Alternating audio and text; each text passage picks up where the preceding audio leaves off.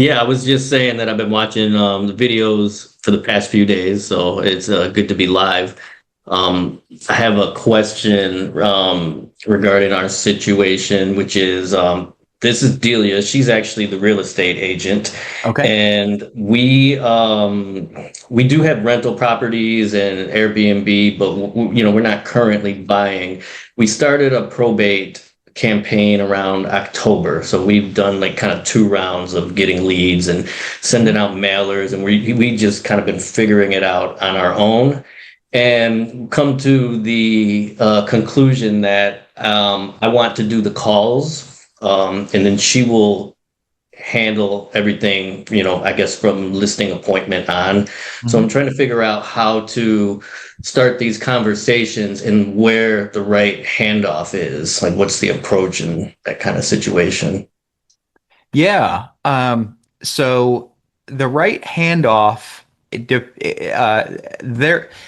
there's a huge middle area. So what you just described is two out of the three roles in the probate prospecting process. So role number one is who's initiating the relationship.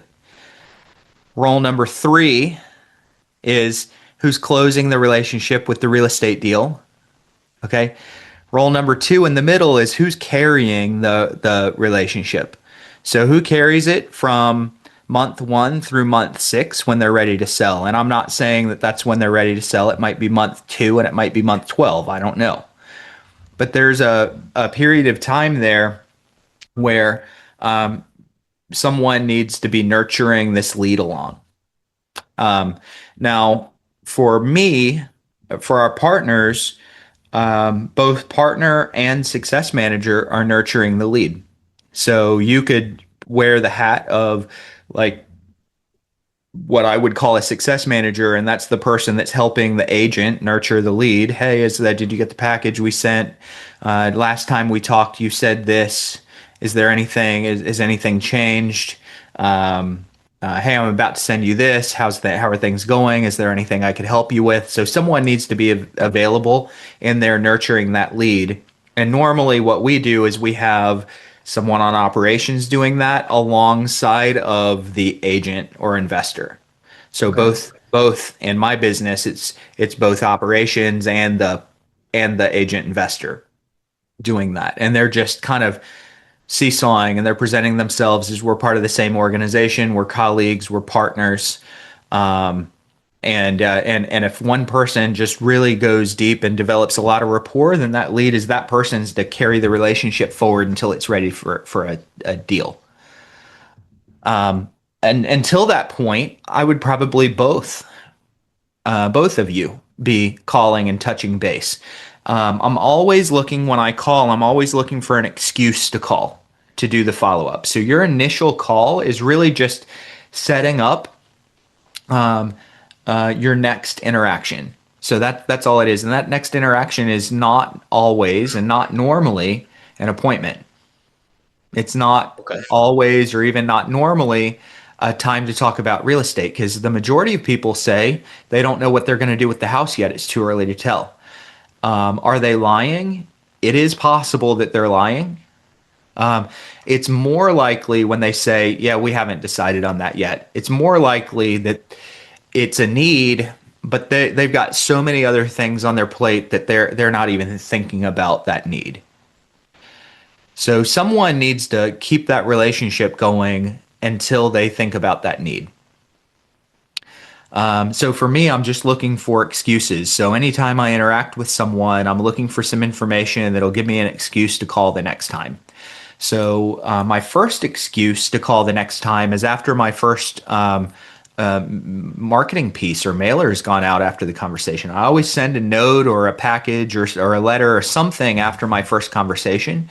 That gives me an excuse to call next week and ask if they got it.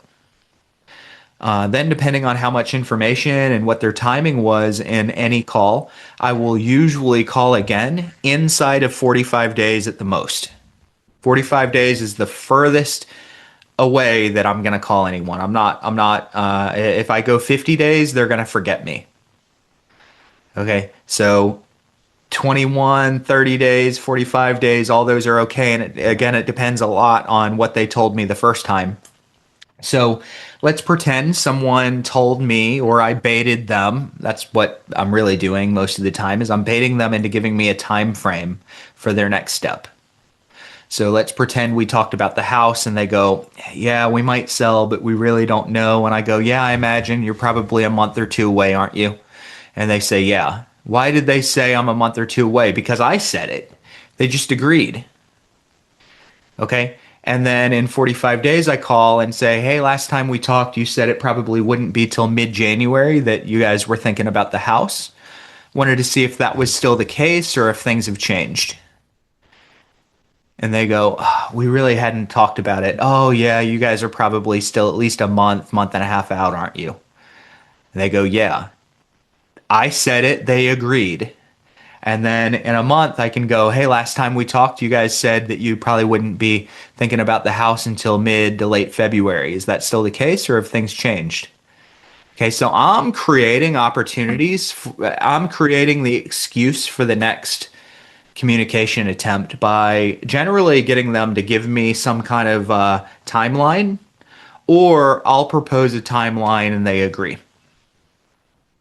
And then I just do that and I nurture them along and I make sure that I'm giving them serious value in the meantime. It's not just call, call, call, call, call. I want to send them good value, things that they can use in the form of email or mail or videos or something that they can actually use and begin to recognize me. And if you are in touch with them frequently enough, giving them enough value, eventually they are absolutely going to enter that window when the real estate becomes the most important thing to deal with in their life. They will get there. I don't know when it's going to be. It might be 13 months from now. When that happens, they're going to go to the person that's the most relevant and most valuable in their life. If you were the most valuable person in their life in month 1, but they don't make that decision until month 9, they might have met a realtor in church yesterday. Who are they going to call? The person that they just met. So make sure that you continue that polite, delicate touch with good value in between. That middle part is where your business is going to actually come from. You're going to get a few people that you talk to on day 1 that are ready to go, maybe 5% that are ready to go. You're going to get a whole lot of people that you talk to on day 1 that if you nurture them properly are going to be ready to go in a half a year.